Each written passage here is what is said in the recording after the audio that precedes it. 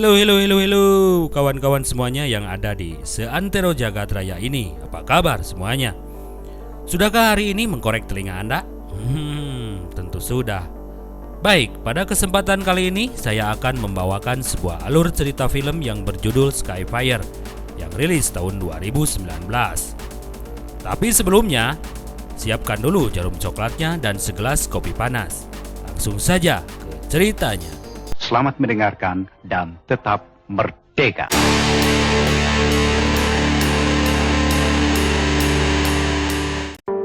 Di awal, cerita ini diperlihatkan seorang anak bernama Xiaomeng yang memperhatikan sesuatu yang melayang seperti salju dan membakar daun. Xiaomeng pun berkata pada ibunya bahwa saljunya terbakar. Ibunya bilang tidak mungkin. Kemudian si ibu melihat burung-burung mulai berterbangan meninggalkan tempat itu. Karena khawatir akan terjadi sesuatu, ibunya langsung mengajak Xiaomeng meninggalkan tempat itu. Di tempat lain, sang ayah yang bernama Tao mendengar suatu ledakan. Tao pun keluar tenda dan melihat gunung itu meletus. Tao langsung menyuruh seluruh anak buahnya untuk pergi dari tempat itu dan langsung menghubungi istrinya untuk menanyakan keberadaannya. Tao pergi untuk menjemput istri dan anaknya. Xiaomeng dan ibunya terus berlari. Di tengah jalan, Xiaomeng dan ibunya melihat sebuah truk dan mencoba menghentikan truk itu. Xiaomeng pun berhasil naik, sedangkan ibunya tertinggal karena sebuah batu api tiba-tiba jatuh di sebelah ibunya hingga jatuh terpental. Dan tidak jauh dari sana, truk itu berpapasan dengan mobil Tao. Wedus gembel alias awan panas terlihat meluncur menuruni bukit dengan cepat. Ibunya Xiaomeng terlihat berlari. Tao pun terus mencari keberadaan istrinya. Batu-batu api pun terus berjatuhan sampai salah satu batu mengenai mobil Tao. Mobil pun terbalik. Si ibu pun kaget melihat mobil suaminya terbalik. Dan di belakangnya awan panas pun mulai mendekatinya. Sampai akhirnya si ibu tersapu oleh awan panas. 10 tahun kemudian, Tao terlihat dalam suatu kelas. Dia sedang menjelaskan kedahsyatan letusan gunung Merapi yang bernama Tianhao.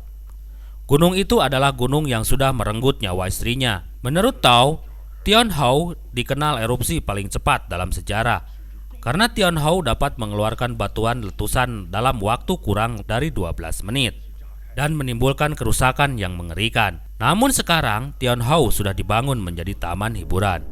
Dan menurut Tao, orang yang membangun tempat ini sedang bermain-main dengan api.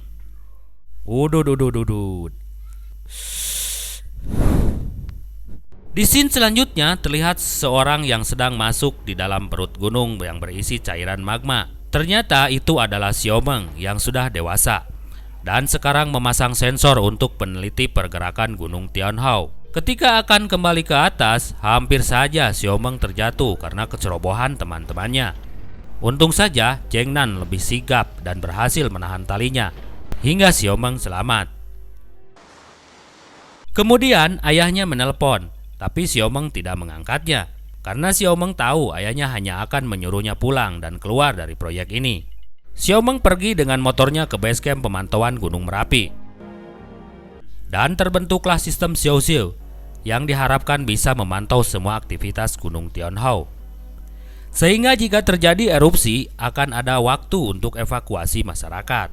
Xiaomeng merasa akan ada aktivitas pada gunung ini dan harus dilaporkan pada pihak hotel. Tapi Profesor Jiang malah santuy saja dan beranggapan masih banyak yang belum mereka ketahui. Di kantornya, Tao melihat berita tentang hotel yang berada di lereng gunung Tianhao. Dan Tao melihat ada yang aneh dengan gunungnya. Lalu dia membandingkan foto yang sekarang dengan foto gunung ketika dulu akan erupsi. Malamnya, Xiaomeng terus meminta data-data yang dia perlukan pada Tianbao karena dia merasa ada yang tidak beres dengan gunung ini. Tapi Tianbao bilang kita sudah double check semua data dan tidak ada yang keliru. Tapi Xiaomeng tetap merasa ada sesuatu yang salah.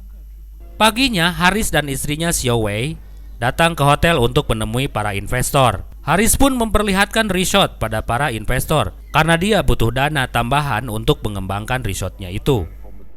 Setelah selesai berkeliling resort, Haris pun memperkenalkan istrinya pada investor itu. Dan kemudian Xiao Wei mengajak mereka menaiki kereta gantung untuk melihat langsung ke dalam kawah Gunung Tianhao. Xiao Meng pergi menemui Haris dan memperingati Haris yang ngotot akan mengembangkan risetnya. Karena Xiao Meng pikir gunung itu sedang membangun, tapi Haris tidak mempercayainya karena dia hanya percaya pada Profesor Jiang. Tapi Xiao Meng terus coba memperingatinya dan meminta Haris untuk menghentikan wisatawan. Tapi Haris menolaknya. Tapi Xiao Meng mengatakan, tidak akan ada orang yang bisa lari lebih cepat dari awan panas dengan kecepatan 400 mil per jam, kecuali Dragon Ball. Halah, geuleuh anjing ka jelema kieu tah. Jika si Haris sok ngeyel gitu tah. Di scene selanjutnya, Tian Bao mengeluarkan drone untuk melihat aktivitas gunung dan sekitarnya. Tidak lama kemudian ada seseorang datang dan itu tahu ayah Xiao Meng. Dia bermaksud menjemput Xiao Meng karena tahu melihat tanda yang aneh pada gunung itu. Tapi Xiao Meng menolaknya dan memilih tetap tinggal dengan rekan-rekannya. Lantas mereka pun berdebat. Lantas Tao melihat sistem Zhou Shou, tapi menganggap kalau Xiao Meng tidak akan bisa memprediksi gunung ini. Drone pun diterbangkan bersama dengan helikopter yang membawa Xiao Meng dan yang lainnya.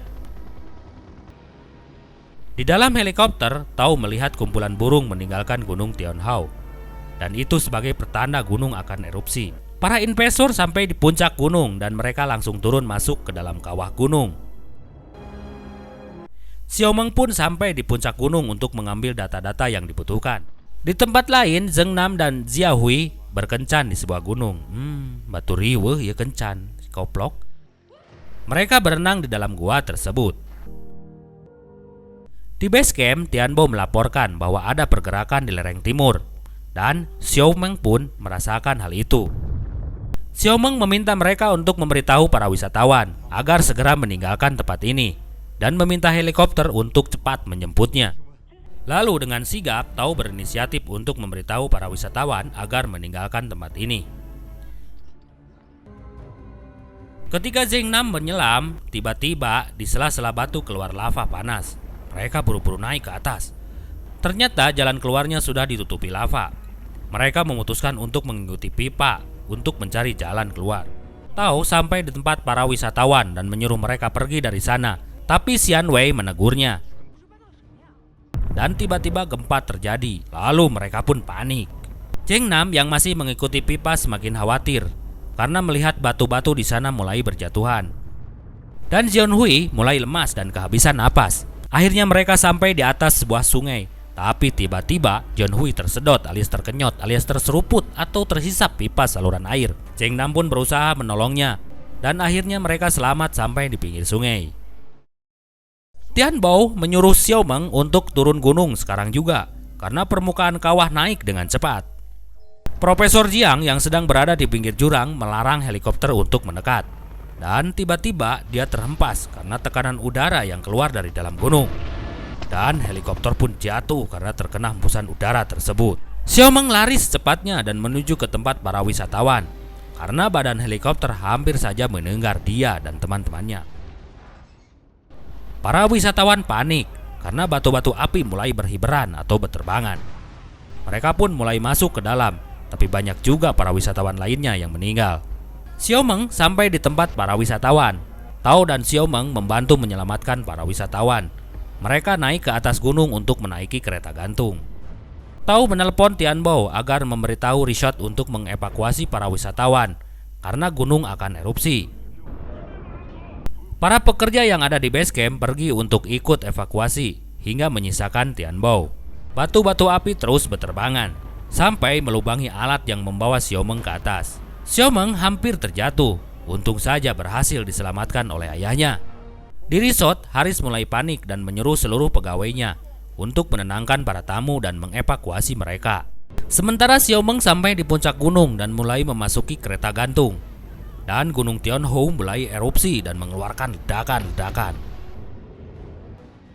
Dan salah satu batu api memutus jalur kereta gantung yang dinaiki Xiao Meng.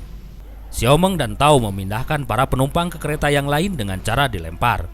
Karena panik, salah satu penumpang tiba-tiba loncat. Tapi sayang, dia tidak selamat. Di kereta pun tersisa 3 orang. Xiao Meng menyuruh Xian Wei untuk loncat. Tapi karena ketakutan, Xian Wei menolaknya. Mereka pun kehabisan waktu. Kereta meluncur menuruni gunung dengan kecepatan sangat tinggi. Zheng Nam dan Jian Hui bukan sampe yang ada di dalam mobil melihat kereta itu. Zheng Nam menghentikan mobilnya tepat di depan kereta gantung yang berhenti. Lalu Zheng Nam menyelamatkan mereka dan membawa mereka pergi dari sana dengan mobilnya. Haris mendatangi kereta gantung yang baru datang dan mencari istrinya, tapi dia tidak dapat menemukannya. Tian Bo melaporkan pada Xiao Meng kalau aliran lahar panas meluncur menuju ke permukiman warga dan mereka hanya mempunyai waktu 1 jam. Tao mengatakan waktunya tidak akan cukup untuk menyelamatkan warga. Di resort, Haris pun mulai mengevakuasi para wisatawan. Batu-batu api pun terus berterbangan menghancurkan semuanya. Lahar panas mulai keluar dari mulut gunung. Haris terpental karena terkena salah satu batu api, dan dia melihat resort yang dibangun dengan kesombongannya hancur. Tian Bo kembali melaporkan bahwa lahar panas sudah mengalir ke sungai dan jalan menuju desa sudah hancur dan meleleh. Mereka harus segera turun. Tapi menurut Xiao Meng, jika aliran lava mencapai waduk, waduk di sini bukan ya, tapi bendungan, itu bisa menewaskan seluruh penduduk dan mereka harus mencari cara untuk menyelamatkan penduduk. Kemudian Xiao Meng mempunyai ide, jika mereka mengeringkan waduk selatan itu, maka bisa mengalihkan aliran lahar panas. Mereka harus memompa air bawah tanah ke dalam waduk lereng barat laut. Saat air mencapai garis merah akan memicu dam melepaskan air dan mereka pun harus ke stasiun geotermal. Di kantornya, Haris melihat berita dan CCTV. Dia melihat seorang anak yang menangis sendirian. Haris menghampiri anak itu dan ternyata ibunya sudah meninggal. Haris membawa anak itu dan memberikan jam keberuntungannya. Di dermaga hanya tersisa 1 perahu. Anak itu dibawa masuk ke dalam perahu itu. Tapi Haris tidak ikut karena dia harus menunggu istrinya. Dan tiba-tiba sebuah batu api menghantam Haris dan diperkirakan Haris pun tewas. Xiao Meng dan yang lainnya pergi menuju stasiun geotermal. Tian Bo mengabarkan bahwa drone menangkap sinyal panas di belakang mobil, tapi dia tidak bisa melihatnya karena tertutup awan tebal. Mereka menghentikan mobilnya. Ternyata di belakang mobil terdapat aliran lava yang bergerak cepat. Lalu mobil dijalankan dengan kecepatan penuh dan batu api pun mulai terus berterbangan. Mobil pun jumpalikan alias bergulingan sampai menuruni tebing. Ternyata aliran lahar ada di depan mereka. Mobil mundur dengan cepat. Kemudian salah satu batu api mengenai jerigen bensin yang ada di belakang mobil. Xiao Meng keluar dari mobil dan berusaha menendang jerigen itu sebelum meledak. Dan mobil pun terbang melewati jurang dan berhasil menghindari lahar tersebut. Tian Bo meminta bantuan ke seluruh unit terdekat untuk evakuasi darurat. Akhirnya Xiao Meng sampai di stasiun geotermal. Tapi sayang, lahar sudah memasuki tempat itu. Akhirnya, Xiao Meng mendapatkan ide untuk menabrakkan drone ke dalam stasiun itu. Dan drone datang dengan kecepatan penuh dan berhasil mengenai tuas dan membuka dam di waduk itu. Gunung terus-menerus mengeluarkan lava pijar dan bebatuan apinya. Mobil yang dibawa Zheng Nam terjebak dalam lahar panas. Mobil mulai terbakar. Zheng Nam keluar dari mobil dan menarik kawat seling yang ada di mobilnya. Dengan tepat, dia melemparkan kawat seling ke bebatuan. Dan mobil terus terbawa aliran lahar menuju jurang. Xiao Meng berusaha menarik kawat tersebut tapi gagal. Dan mobil pun menggantung di jurang. Mereka keluar satu persatu dari dalam mobil. Dan mereka akhirnya sampai di base camp. Xiao Meng pun mulai mengobati ayahnya karena terluka. Lantas ayahnya meminta maaf pada Xiao Meng atas semua yang sudah terjadi. Dan dia pun selalu menyesali karena tidak ada di sana ketika gunung itu meletus dulu. Ternyata sehari setelah kejadian itu, Tao datang kembali ke tempat itu untuk mencari istrinya, dan Xiao Meng memaafkannya. Kemudian mereka pergi dari base camp dengan terus dihujani batu-batu api. Mereka melewati jembatan yang sudah terbakar. Tiba-tiba sebuah api menerjang jembatan dan Tao terpental dari jembatan. Tao pun tidak bisa melewati jembatan yang sudah hancur dan dia menyuruh Xiao Meng pergi tanpa dirinya. Xiao Meng terpaksa pergi menuju pantai tanpa ayahnya. Tao kembali masuk ke dalam base camp dan kemudian pergi kembali menggunakan motor milik Xiao Meng. Xiao Meng dan yang lainnya berhasil mencapai pantai dan langsung masuk ke dalam helikopter yang sudah menunggunya. Awan panas mulai turun dari atas gunung dengan cepat. Tao memacu motornya dengan kecepatan penuh karena dia dikejar oleh awan panas. Di suatu tempat, dia menjatuhkan motor RE King-nya dan menembakkan suarnya. Xiao Meng yang ada di dalam helikopter melihat suara itu dan dia pun melihat awan panas yang menuju ke tempat ayahnya berada. Xiao Meng pun hanya bisa menangis melihat hal itu. Dan helikopter pun sampai di pangkalan. Xiao Wei yang sedang terduduk melihat seorang anak yang sedang memegang sebuah jam. Lalu dia mendekatinya dan menanyakan apakah pemilik jam ini berada satu perahu bersamanya. Tapi anak ini menggeleng. Xianwei pun menangis sambil memeluk anak ini. Dan ketika Xianwei melihat tayangan televisi, dia melihat ada seseorang yang sedang diselamatkan oleh tim penyelamat. Ternyata yang diselamatkan itu adalah Tao. Ketika dia masuk ke dalam base camp, dia mencari tempat keberadaan sensor yang dipasang oleh Xiao Meng. Lalu Tao menemukan kunci motor milik Xiao Meng dan pergi ke tempat sensor itu berada. Setelah menembakkan suar, dia masuk ke dalam lubang tempat sensor itu berada dan menunggu sampai awan panas melewatinya. Dan Tao pun sampai di pangkalan dengan selamat dan bertemu dengan Xiao Meng.